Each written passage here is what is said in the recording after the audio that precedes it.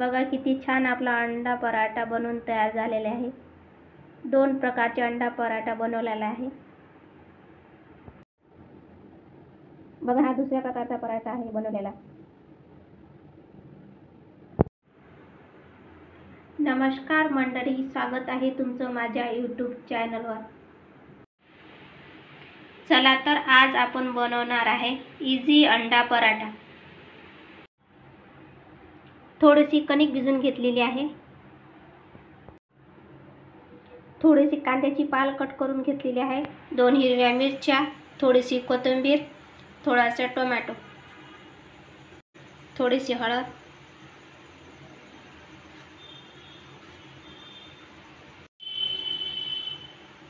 थोडेसे धनिया पावडर। हे सर्व आपण मिक्स करून घेऊया ह्या मसाल्यामध्ये। आणि 2 अंडे घेतलेले आहेत ते याच्यामध्ये फोडून टाकून घेऊया। अंडे आपण फोडून टाकून देऊ याच्यामध्ये।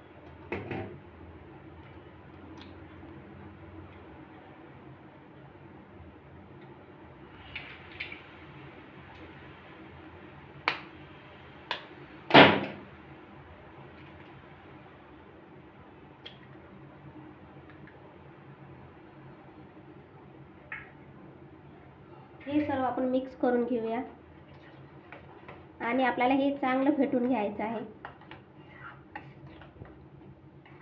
जेवढा आपण याला चांगलं फेटणार तेवढा याचा अंडे असे फुगून जाणार। हे अंडा आपल्याला हे चांगलं फेटून घ्यायचं आहे। पूर्ण मसाले याच्यामध्ये ॲड झाले पाहिजे। या अंड्यामध्ये पूर्ण मसाले जीव झाले पाहिजे। अशा प्रकारे आपल्याला हे पूर्ण मिक्स करून घ्यायचं आहे।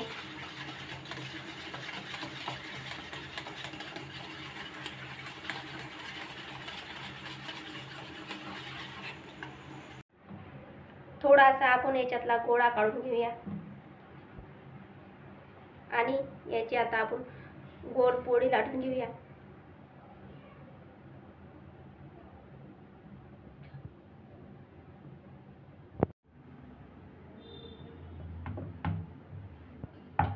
गोल शेप मध्ये आपल्याला ही पोळी लाटून घ्यायची आहे। जसं तुम्हाला पोळी लाटता येईल तशा प्रकारे।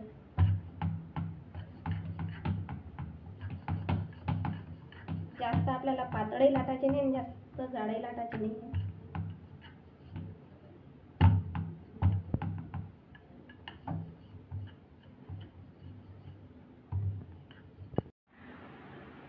अशा प्रकारे पोळी लाटून घेतलेली आहे। आता आपण तव्यावर टाकून घेऊया।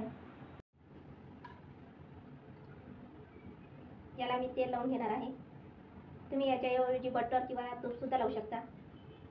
पूर्ण पोळीला तेल लावून घ्यायचं आपल्याला आणि सुकी कणिक टाकून घ्यायची याच्यावर थोडीफार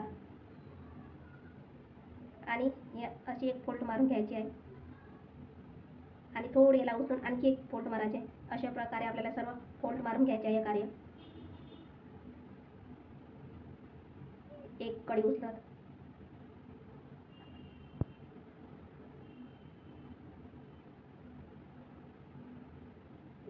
सर्व आपल्याला पोळीला फोल्ड मारून घ्यायची आहे अशा प्रकारे आणि असं करून घ्यायचं आहे।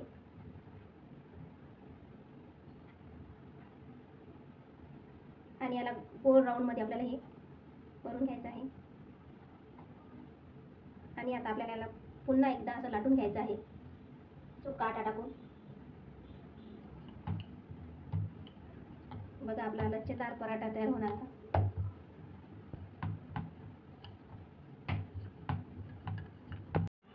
तव्यावर आपण तेल टाकून घेऊया। पुन्हा तव्याला तेल लावून घेऊया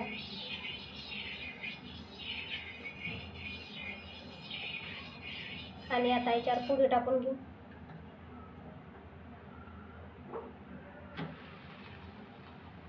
आपल्याला ही पोळी जास्त नाही शेकायची आहे, थोडी फारच एका साईडने शेकून घ्यायची आहे आणि नंतर दुसऱ्या साईडने शेकून घ्यायची आहे।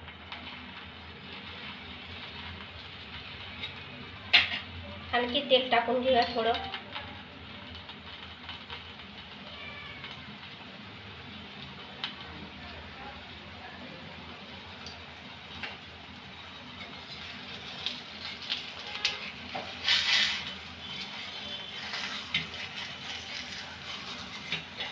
आता दुसऱ्या साईडनं शेकून घेऊया पोळी. थोडं तेल टाकून घेऊया.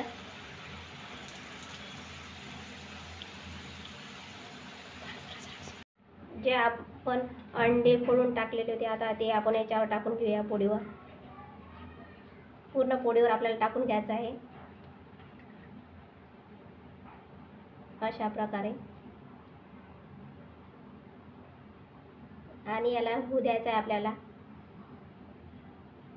थोडं घटसर.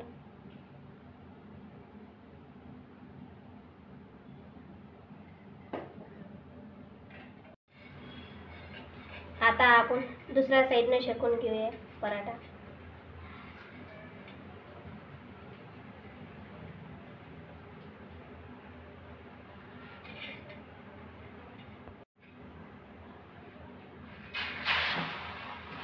अशा पद्धतीनं. आणि आपल्याला आणखी तेल सोडून घ्यायचं आहे.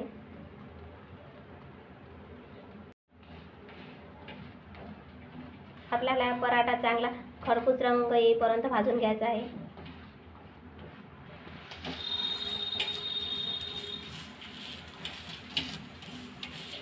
बघा आता याला आणखी पलटी मारून घेऊ आपण आणि ह्या साईडनं शेकून घेऊया. बघा आपला पराठा